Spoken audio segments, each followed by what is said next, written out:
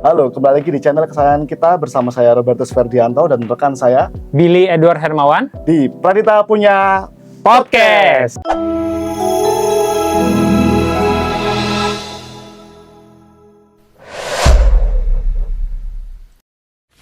Hari ini kita akan membahas materi terkait dengan apa itu esensi dari digital transformation. Tapi sebelum itu kita akan ada pendahuluan dulu dari Bapak Jarod Suroso. Bapak Jarod, dipersilakan masuk. Ya. Kan nanti kan Pak. Ya. Jadi untuk hari ini Pak, kita melanjutkan dari episode sebelumnya terkait dengan apa sih itu esensi dari digital transformation. Oke, baik, terima kasih. Selamat bertemu kembali dalam acara kita, yaitu Pradita Punya Podcast. Ya. Oke, alhamdulillah hari ini kita sudah sampai pada episode yang ketiga ya. Tiga. Topiknya adalah tentang esensi daripada digital transformation. Ya, mungkin nanti kita bahas pada hari ini adalah tentang apa itu esensi daripada digital transformation, khususnya adalah digital transformation dalam pendidikan atau digital transformation in education, in IT education. Oke. Esensi daripada digital transformation. Apa itu digital transformation? Pada dasarnya digital transformation adalah suatu transformasi, suatu perubahan. Tapi perubahannya sifatnya adalah irreversible, yang tidak bisa dapat kembali lagi. Kalau sudah maju, sudah berchange, sudah melakukan transformasi, udah nggak bisa balik lagi ya. Jadi irreversible change yang menggunakan segala potensi teknologi ICT ya. Untuk apa? Untuk mendapatkan added value daripada perusahaan ataupun institusi yang kita kembangkan. Itulah esensinya. Nanti dalam podcast ini kita akan bahas tentang 5 perubahan itu. Yang pertama adalah perubahan di bidang mindset ya. Jadi digital transformation itu bukan hanya teknologi, tapi yang pertama adalah mindsetnya. Bagaimana kita mengubah mindset yang lama menjadi mindset yang baru. Yang kedua adalah perubahan dari bidang human-nya, manusianya. Jadi manusia juga harus ikut berubah dalam digital transformation. Kalau mindsetnya berubah, manusia juga ikut berubah. Yang ketiga adalah segi culture, budayanya. Jadi budaya kerja yang lama kita harus ganti dengan budaya kerja yang baru. Ya, itulah yang ketiga. Yang keempat adalah dari segi prosesnya. Ya, prosesnya juga kita harus siapkan bagaimana proses lama itu berubah menjadi proses yang baru. Yang terakhir adalah bidang dari segi teknologinya. Nah, di sini kita menggunakan teknologi ICT tentu saja ya. Dengan teknologi ICT tentu saja segala macam proses menjadi lebih efektif dan menjadi lebih efisien. Nah, semua itu kita akan bahas kupas secara tuntas pada kuliah hari ini dalam bentuk podcast yang akan dibawakan oleh para mahasiswa daripada program MTI, daripada Magister Teknologi Informasi daripada Pradita University pada pagi hari ini. Semoga ini bisa mencerahkan kita semua. Terima kasih dan selamat melakukan podcast. Oke, baik. Terima kasih Pak Jarod atas pengarahannya, atas pengantarnya. Semoga memang kita semua di sini dapat mengetahui apa sih esensi dari transformasi digital. Pertama, jadi tadi itu ada kulturnya Pak ya? Mindset dulu. Mindset dulu. Mindset, terus yang kedua ada Human-nya, Tadi manusianya. ada budayanya, culture-nya. Yang keempat tadi ada proses, dan yang kelima ternyata teknologi itu ada di belakang. Terakhir. Jadi sebenarnya harus mindset dulu yang pertama gitu ya. Oke, Pak Billy, jadi nanti kita nih harus tahu nih bagaimana pengalaman teman-teman mengenai prosesnya seperti apa sih, mudah atau susah sih dalam penerapan transformasi digital ini. Khususnya di sekolah ya Pak ya? Ya, khususnya di sekolah. Karena kita emang basicnya semua adalah pengajar gitu ya, pengajar atau guru dari di sekolah gitu ya. Terima kasih buat Pak Jarod, sehat-sehat selalu Pak Jarod. Ya, terima kasih banyak. Nah, oke, teman-teman yang di rumah, untuk sahabat-sahabat Pradita, kita sudah mendengar pengantar dari Pak Jarod. Nah, kali ini kita tidak bicara hanya berdua atau bertiga ya Pak. Betul. Nah, kita kedatangan teman-teman yang luar biasa dan juga merupakan mahasiswa dari Pradita. Nah, oke, Pak Billy, sebenarnya Pak Billy gimana sih bisa kuliah di Pradita ini? Oke, sebenarnya ini kayak keberuntungan banget gitu ya, keberuntungan. Dan sebenarnya dari sekian banyak tuh, sekian banyak yang harus dipilih, saya bersyukur banget saya yang bisa terpilih buat dapat beasiswa full nih di Pradita, khususnya di Full 100% full ya? 100%. Oke. Di Magister Teknologi Informasi gitu ya.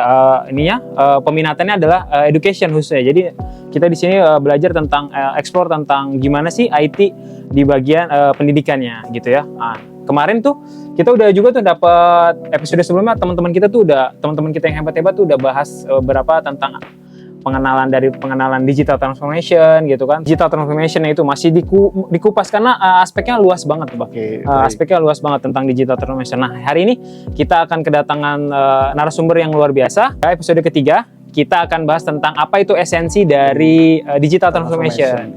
Nah, ini teman-teman kita undang teman-teman hebat kita. Ayo, selamat datang Pak Adi. Selamat datang Pak Adi. Ya, siap. Selamat datang Pak Herianto. Di sini, Pak. Silakan. Oke.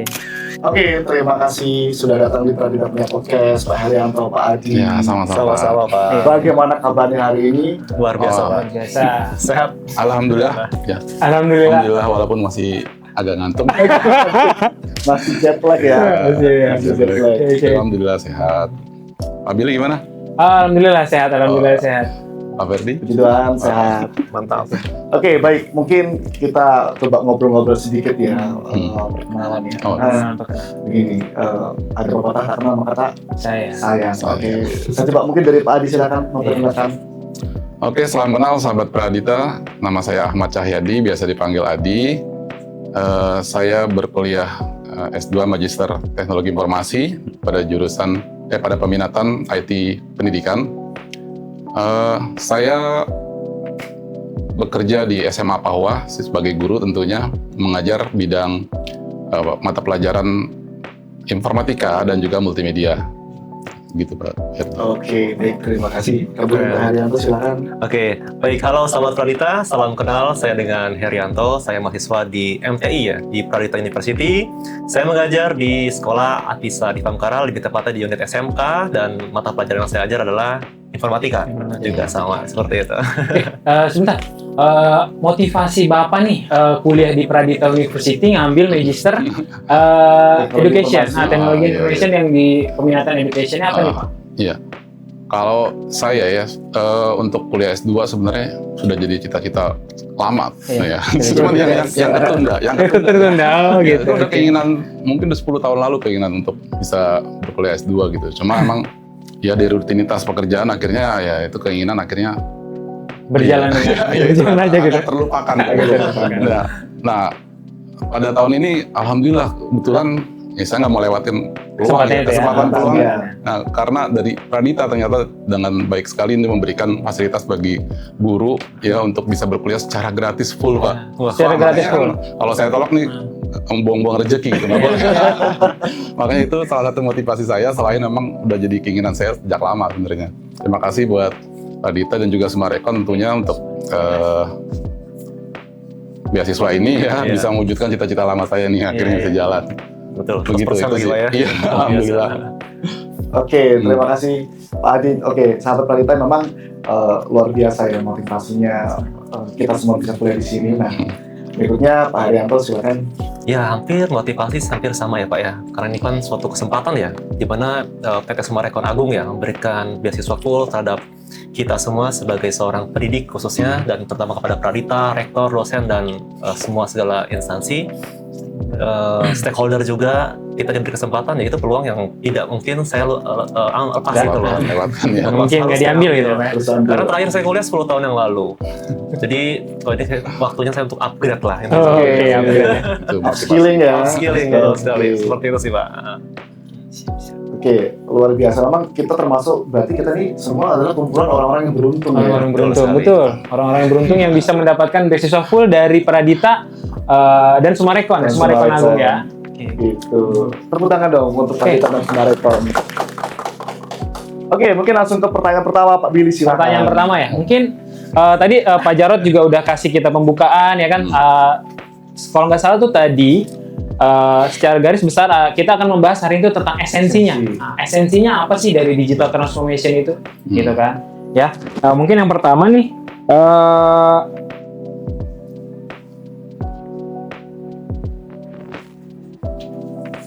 Nah, di poin-poin yang tadi Pak Jarod sebutkan, ada pertanyaan saya, mengapa menurut Bapak teknologi itu ada di urutan terakhir, gitu. Perihal dari poin-poin yang tadi Pak Jarod sampaikan, gitu ya. Ya, ini terkait dengan hal-hal yang harus berubah dalam proses digital transformation ya, Pak ya. Iya. Oke. Ya, dari apa yang saya tangkap dari pemaparan Pak Jarod, kan setidaknya ada 5 hal yang harus berubah nih, Pak. Betul. Nah, yang menjadi hal yang utama untuk berubah terlebih dahulu adalah mindset nih, Pak. Mindset ya. Nah, kenapa mindset? Nah, karena pola pikir atau mindset ini kan yang akhirnya ngebawa kita ke depannya untuk bagaimana kita berpikir, merasakan, juga nanti akhirnya mengambil tindakan, kan begitu, Pak. Iya, betul. Kalau dari mindsetnya udah salah, ya ke depannya kesonanya juga akan berantakan, kan begitu. Nah, contohnya gini, kalau dalam aplikasi ke teknologi, harusnya dengan mindset yang baik, hal-hal yang bisa dilakukan oleh teknologi, harusnya kita udah nggak lakukan lagi secara manual tuh, Pak. Nah, betul. Nah, ya, contohnya misalnya gini, kalau di dunia pekerjaan kita yang dekat, misalnya kita absensi nih, absensi karyawan dulu deh, absensi Iya, karyawan. betul. Kan hampir semua sekarang udah pakai fingerprint ya. Iya. Nah, ya jangan lagi balik lagi pakai absen manual. Manual ya. Iya. Jadi balik lagi berapa kali kerja, jadi nggak efisien kan gitu. Maka ke depannya kalau bisa itu ditingkatkan lagi, lebih baik lagi. Misalnya pakai teknologi voice recognition mungkin, ya pakai sensor radio gitu kan, sensor jarak jauh begitu. Itu akan lebih baik lagi seperti itu. Itu yang pertama. Selanjutnya, yang kedua itu manusianya kan yang harus berubah. Betul. Manusia yang berubah. Mindset udah bagus, sekarang manusianya nih harus kreatif juga inovatif. Jadi jangan mau cepat puas gitu, nggak mau belajar. Jadi harus berkembang ya. harus lapar akan informasi yang baru gitu. Itu manusianya. Yang ketiga, budayanya nih, Pak.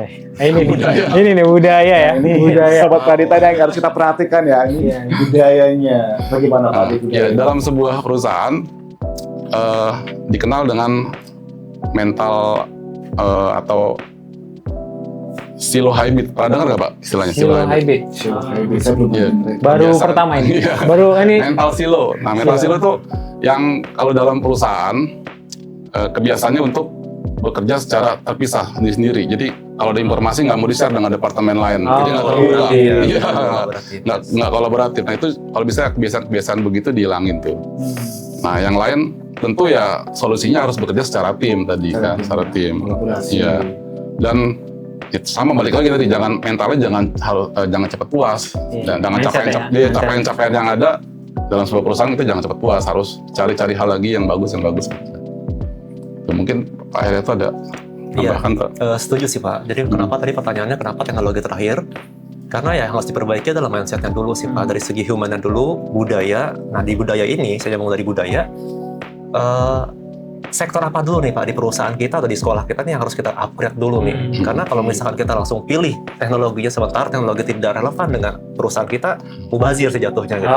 Iya benar. Nah, makanya teknologi itu terakhir. Nah, sebenarnya setelah teknologi kita terapin, itu pun juga ada tahap evaluasi dan pemantauan sih. Karena belum tentu teknologi itu akan tetap bertahan di perusahaan atau di sekolah kita kan. Siapa tahu ada teknologi yang lebih baru lagi. Kalau itu ya kita harus upgrade kembali ke human-nya juga, manusianya juga sih gitu. Betul. Seperti itu sih. Iya, jadi sehingga kalau semuanya mindset, manusianya juga oke, Budaya. terus budayanya udah bagus, prosesnya juga udah bagus, nah baru teknologinya. Baru mulai diterapkan teknologinya Betul, gitu. jadi teknologi yang akhirnya diterapkan nggak sia-sia jadinya. Oke, baik. Seperti itu.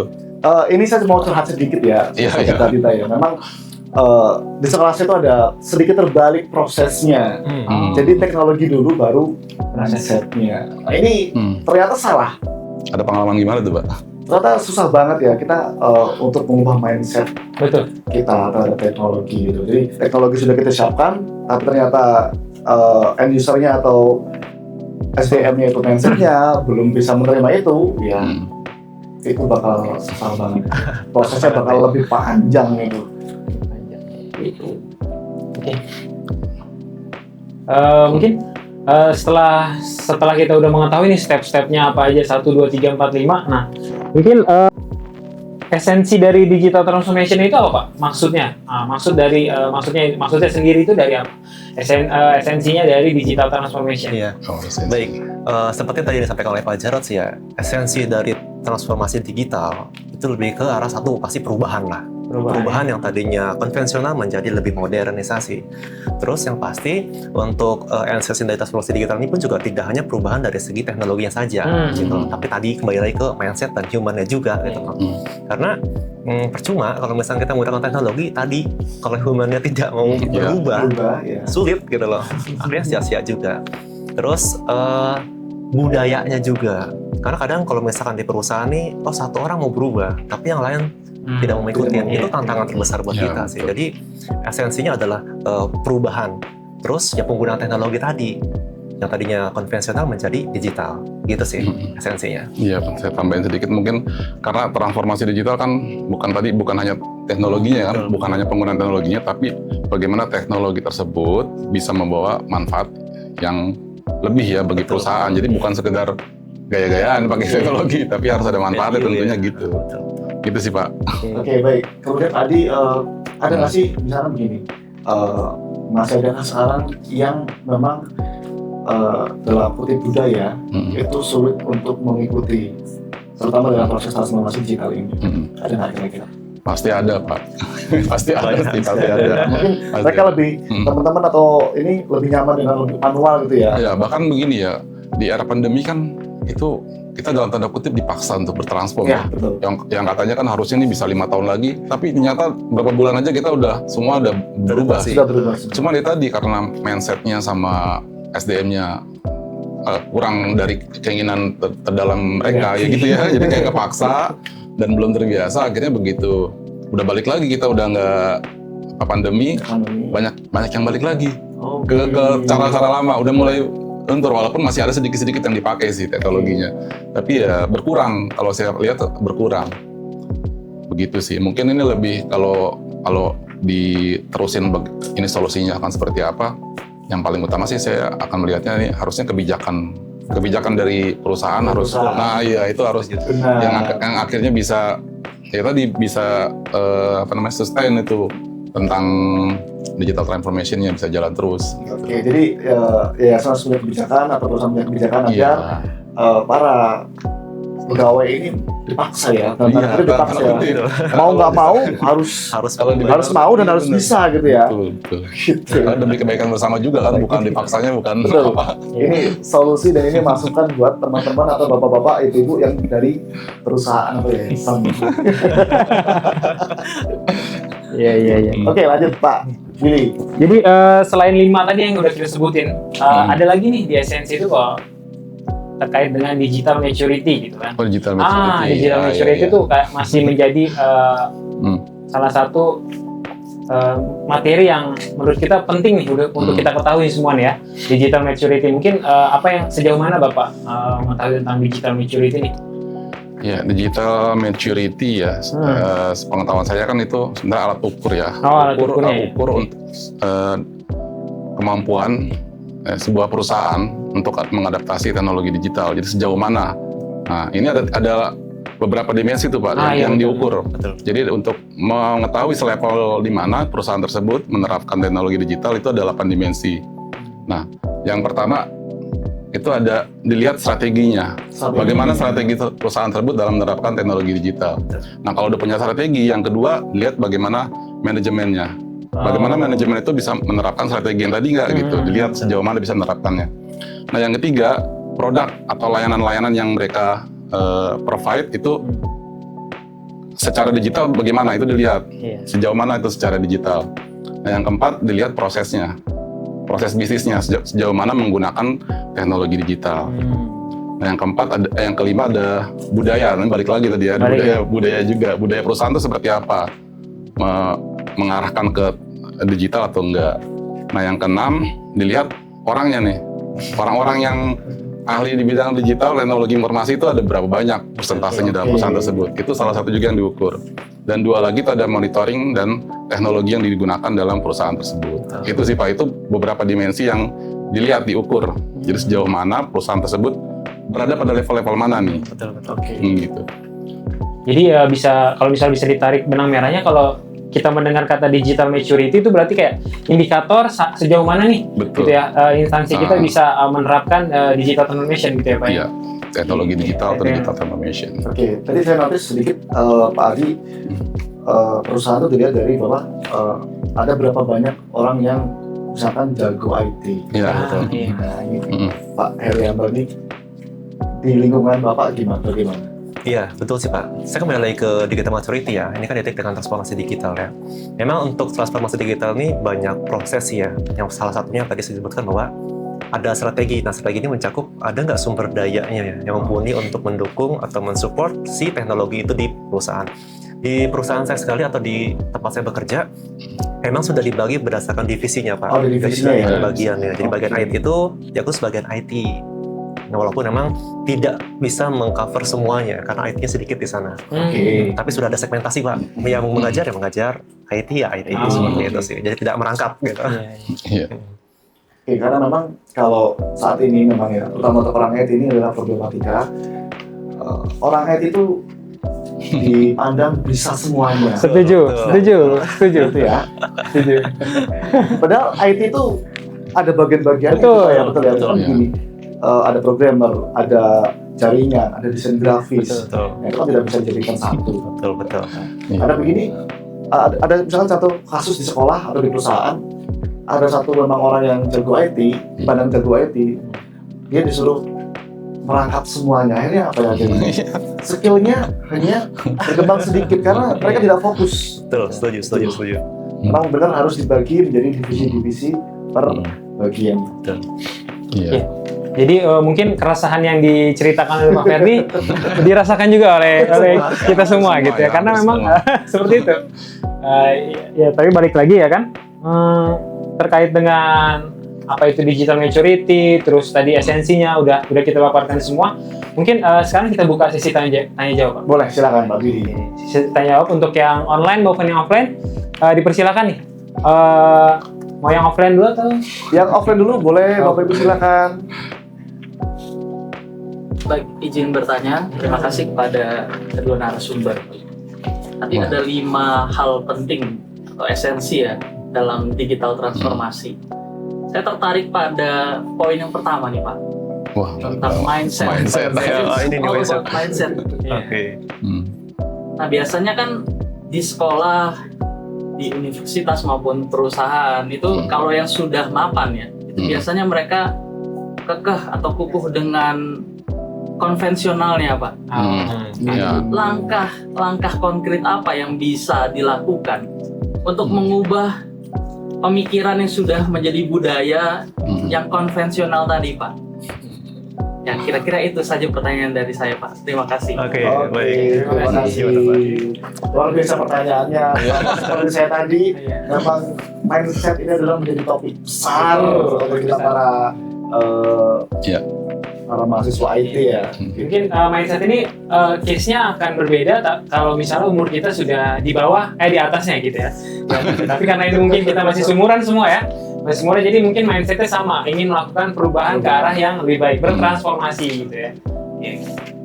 Nah, itu balik lagi tadi. Kalau bagaimana solusinya biar perusahaan bisa membawa sama-sama gitu ya orang yang ada di dalamnya untuk melakukan transformasi di digital. Tentu yang paling utama adalah kebijakan nih Pak. Balik lagi kebijakan. Pengalaman dari kita semua ya, kebijakan yang belum atau strateginya mungkin belum tepat, akhirnya ya itu tadi tidak berjalan dengan baik. Paling solusi sementara kalau kita punya kesadaran masing-masing, ya, itu bagaimana memotivasi diri kita sendiri nih, ya, supaya kita berpikiran terbuka. Kadang-kadang dari kita ini juga masih ada tuh, dari kita sendirinya aja masih ada gitu kan, berpikiran seperti itu. Ah udahlah, mau di zona nyaman aja gini, ngapain harus berubah gitu ya. Kayak kita misalnya belajar nih, udah enak di sini gini, tiba-tiba nggak bisa ruangan mau dipakai, kita pindah sana, ada rasa nggak enak kan? Ya, betul. Tapi kan mau nggak mau, sama begitu juga dengan digital transformation. Ini sesuatu yang pasti terjadi gitu. Kalau kita nggak lakukan akan tertinggal. Maka kita sebenarnya harus sadar diri, mindset kita harus kita coba pelan-pelan diubah. Nah, salah satu yang bisa lakukan kalau dari sisi individu, nah kita mencoba berpikiran positif, terbuka, ya berpikiran positif, terbuka terhadap sesuatu yang baru. Ya, terus bisa juga kita atur rutinitas kita ya supaya bisa terbiasa dengan tadi ya, dengan digital transformation tadi, perubahan-perubahan itu. Dan kita udah berpikir positif, kita tahu tuh pasti niatnya baik, terus kita mau belajar dan kita bikin itu jadi rutinitas kita. Nah itu kalau dari sisi individu sih seperti itu, Pak Obed. Mungkin tambahan Pak Obed, ini bagus sekali sih pertanyaannya ya. Mindset ini bagaimana di perusahaan ini? Oh, ada yang orang tua itu ibaratnya kolot ya, pemikirannya Iya. tidak bisa berubah. Gampang Pak. Kalau misalnya tips dari saya pribadi, mungkin dari kami ya, saya akan buat orangnya nggak nyaman Pak. Ya, karena dengan kondisi yang tidak nyaman, mau tidak mau dia akan belajar Pak. Karena mental block itu yang harus Mental kita block, rubah dengan cara mengkondisikan untuk tidak nyaman. Karena kita bukannya berarti bermaksud negatif ya, karena jika memang dari orang ini tidak berubah, nanti dia akan ketinggalan Pak, tetap. Nah, peran kita sebagai generasi milenial yang memang sudah coba untuk mengupgrade skill tadi, kita harus memberikan support. Walaupun memang tidak semudah memberikan tapak tangan ya Pak, untuk support ini. Makanya kita ya membuat kondisi orang ini nggak nyaman dulu, biar belajar juga gitu loh. Dan peran kita adalah mensupport orang ini gitu sih. Itu sih dari saya pribadi, karena untuk mengubah mental block ini lumayan. Iya. Oke, saya punya contoh konkret nih, Oke. Bagaimana contoh konkretnya mengenai itu? Ya kan begini, dulu kan kita absensi itu kan masih manual ya, tercatat mungkin dengan buku segala macam. Absensi siswanya. Absensi siswa, termasuk absensi guru. Kayak saya bahas kan absensi guru ya. Gitu, Ambil guru karyawan. Kita punya apps nih, misalnya kita punya apps untuk absensi itu kan. Nah, rata-rata guru-guru terutama yang senior gitu ya, mereka agak susah. Terus mereka bilang sulit lah, ribet lah gitu kan. Tapi ada satu cara yang memang manjur ya. Jadi absensi itu langsung dikaitkan ke penggajian. Nah, ini kan dipaksa kan? Betul. Nah, jadi mau nggak mau dia harus absen dong. Nah, dengan cara itu absensi bisa berjalan dengan baik. Begitu. Oke. Ya. Jadi kalau sudah ada di ujung mau ke jurang, mereka mau nggak mau akan mengikuti gitu, mengikuti langkah yang benar gitu. Untuk kepepet Atau ya. bertransformasi, betul setuju tadi. Itu power of kepepet ya. Jadi caranya seperti itu ya. Caranya adalah tadi Membuat tidak nyaman. membuat tidak nyaman, ya membuat tidak nyaman. Jadi balik lagi kebijakan, berarti itu tetap kebijakan kan? Kebijakan. Kebijakan memaksa. Baik, untuk yang online ada yang mau bertanya? Dipersilakan. Nah, kedengeran suaranya. Dari saya Pak. Oke, silakan Pak Ari. Oke, baik. Perkenalkan saya Remanis Kerlentari atau biasa dipanggil Pak Ari. Saya berasal dari Pekanbaru nih Pak. Nah, saya ada satu pertanyaan berkaitan dengan esensi dari diri transformasi digital ini Pak ya. Tadi kan ada dibahas tentang mindset, human dan lain sebagainya. Lalu pertanyaan saya itu adalah, kan tadi setelah memperbaharui cara berpikir, katanya tantangan selanjutnya itu adalah menghadapi human atau SDM yang memang terkadang katanya sudah nyaman dengan sistem yang konvensional. Nah, pertanyaan saya adalah bagaimana nih strategi Bapak agar setiap hari individu yang ada di lingkungan tempat kita itu dapat bekerja lebih cerdas gitu Pak, lebih inovatif Luar dan biasa. juga lebih efisien. Itu saja pertanyaan dari saya Pak. Oke, terima kasih Pak. Oke, terima kasih Pak Ari dari Pekanbaru. Mungkin Pak Herianto atau Pak Adi yang mau menjawab. Sebenarnya nyambung lagi sih tadi dengan yang tadi ya, Iya, masih nyambung. sama. Sudah hampir terjawab di pertanyaan itu. Iya. Jadi balik lagi nih, pertama emang kebijakan dari perusahaan dulu. Tapi kebijakan yang seperti apa? Tentu bukan cuma nyuruh-nyuruh aja ya kan. Betul. Kita juga harus di-provide kan untuk orang-orang yang mau berubah kan harus dipandu. Nah, salah satunya yang juga perlu, yang kayaknya baik gitu untuk diberikan kepada karyawan ya adalah ajarkan teknik manajemen waktu. Nah, ini penting nih manajemen waktu. Iya. Jadi solusi yang paling ini adalah manajemen waktu ya. Nah, salah satunya. Salah satunya.